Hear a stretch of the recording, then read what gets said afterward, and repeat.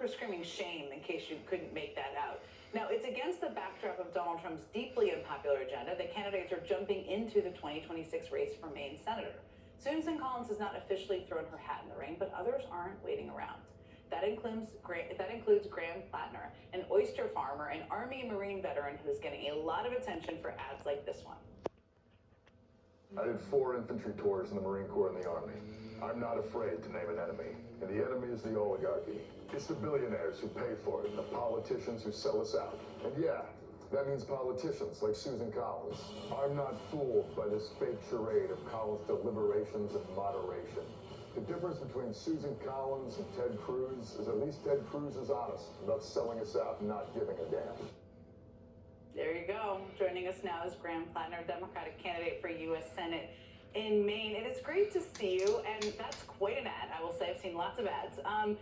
Let me start asking you this. I mean, Susan Collins has tried to break with Trump and voted against the big ugly bill, but she still did vote. And there's other things too, to confirm Brett Kavanaugh, to confirm RFK Jr., although we should note she said she's, quote, extremely alarmed, whatever that means, by RFK's firing of the CDC director. Shocker there.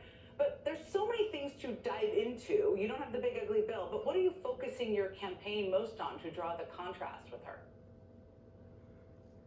You know, at its core, Susan Collins has been in the Senate for almost 30 years.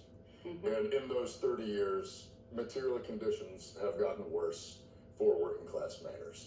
And so at its base, it just seems like we really have to be doing something very different. That makes sense. Like, what do you want to do different than what she's doing? I would like to fight for big things that are going to help working class people. Things like Medicare for all. Things like raising taxes on corporate interests and billionaires, using the funds from those kind of things to pay for would expand the programs that we currently have, and to hopefully bring about new programs to help working class Americans live dignified and decent lives. You've had a really interesting run so far. I mean, you haven't been afraid to stand to the left of establishment Democrats. You told Jewish Insider that you believe what's happening in Gaza is a genocide. You posted on Reddit that you stand right in the effing way of anyone coming after the LGBTQ plus community. At the same time, you've mentioned at campaign stops that you work with a lot of Trump supporters. And this kind of boggles the mind of DC people, probably. I've spent a lot of time in campaigns. Doesn't boggle my mind, but for a lot of you, it may boggle people's minds. What is the coalition of people that you think you're going to pull together? And tell me more about running on kind of a progressive message and still appealing to independents and even people who may have voted for Trump. Yeah, I was born and raised here in eastern Hancock County, where I live now. I came back here after my time overseas and got into aquaculture and became an oyster farmer. And for me, the path forward is pretty simple. Down here in the real world, working class people have effectively the same interests. We are watching our healthcare system fall apart.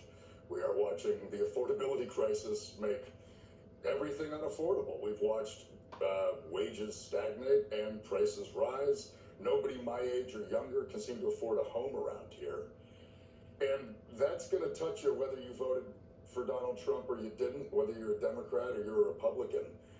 Those interests are effectively all the same. And living in a town of 1,000 people in a rural part of Maine, I don't have the luxury of choosing friends based upon who they voted for. I live in a small town, and I don't shy away from my stances on many things, and I still have excellent relationships with many people who I think in the more kind of, the political world would think we would have to be some kind of, we would have to live at odds with each other. But we don't, because we are working people that work next to each other.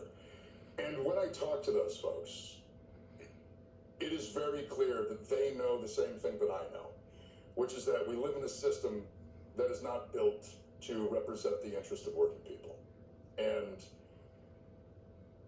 for me, the core of this campaign is changing that.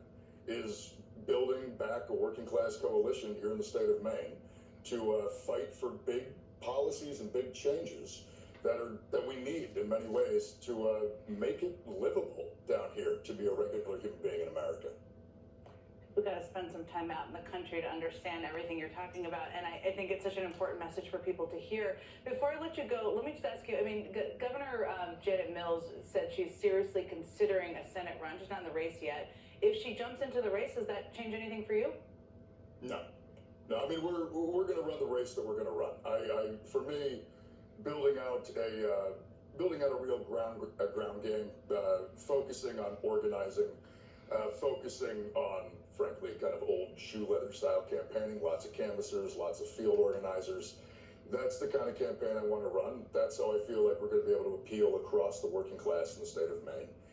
And whoever else jumps in the race, that's fine. We're still going to do we're going to do this the way we want to. I think it's a winning strategy, and that's what we're going to continue doing. Graham Platner, thank you so much for joining me. I really appreciate it. We'll be right back. Thank you very much.